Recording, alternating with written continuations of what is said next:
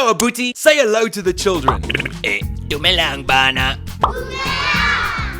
Today, we're on the farm. Are you ready to learn some new words, kids? Yeah! Now, on this farm, there is a cow, a sheep, a pig, and a chicken. Do you know what the word is for cow in Sepedi? Very good. It's kom. Dumela komo. And what is the word for sheep in Sepedi? That's right. It's nku. Dumela nku. Now, what is the word for pig in Sepedi? Kolobe! That's right.